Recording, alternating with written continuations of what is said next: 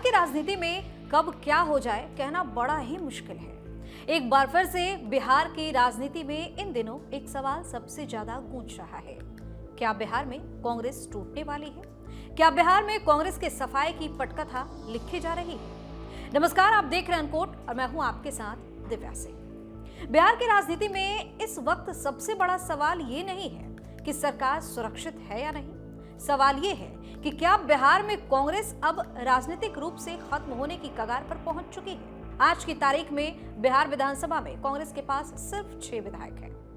कभी इस राज्य की मुख्य राजनीतिक ताकत रही कांग्रेस आज अपने सबसे कमजोर दौर में है और इन्हीं 6 विधायकों को लेकर बीते कुछ दिनों से सियासी हलचल तेज हो गई है। दरअसल मकर संक्रांति के मौके पर बिहार कांग्रेस ने अपना पारंपरिक दही चूड़ा भोज आयोजित किया। यह आयोजन पार्टी की एकजुटता का प्रतीक माना जाता रहा है, लेकिन इस बार एक चौंकाने वाली बात सामने आई। कांग्रेस के 6 में से एक भी विधायक इस भोज में मौजूद नहीं थे और यहीं से टूट की अटकलों ने जोर पकड़ लिया। इसके बाद राज्य सरकार के मंत्री और एलजेपी रामविलास के नेता संजय सिंह ने दावा किया कि मकर संक्रांति के बाद बिहार में कांग्रेस टूट सकती है और उसके सभी विधायक एनडीए के संपर्क में हैं। इस बयान ने राजनीतिक तापमान को और ज्यादा बढ़ा दिया।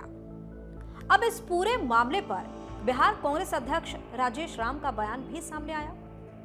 उन्होंने कहा कि राजनीति में जो कहा जाता है वो अक्सर होता नहीं है और जो होता है वो बताया नहीं जाता।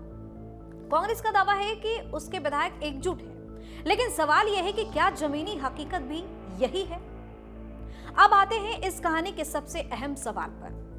जब एनडीए के पास पहले से ही प्रचंड बहुमत है तो कांग्रेस के 6 विधायकों को तोड़ने की क्या जरूरत पड़ गई। ऐसे में राजनीतिक विशेषज्ञ जो हैं वो बताते हैं कि सरकार बचाने की कवायद नहीं, बल्कि कांग्रेस को बिहार से पूरी तरीके से कमजोर या खत्म करने की रणनीति हो सकती है।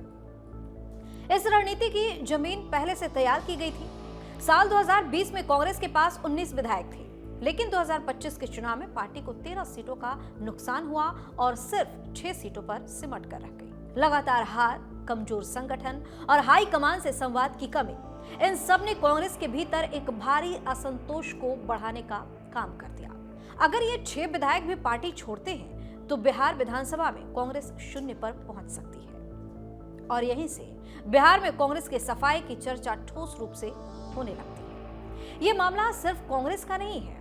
अगर विपक्ष और कमजोर होता है तो इसका असर पड़ेगा राजनीतिक संतुलन पर, लोकतांत्रिक बहस पर और मजबूत विपक्ष की भूमिका पर भी। यानी इस पूरे मामले का असर विपक्ष पर सीधा सीधा पड़ेगा।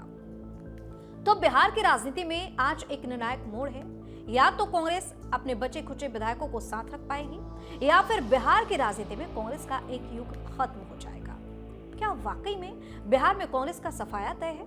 फैसला आने वाला वक्त ही करेगा। आप अपनी राय हमें कमेंट करके जरूर बताएं।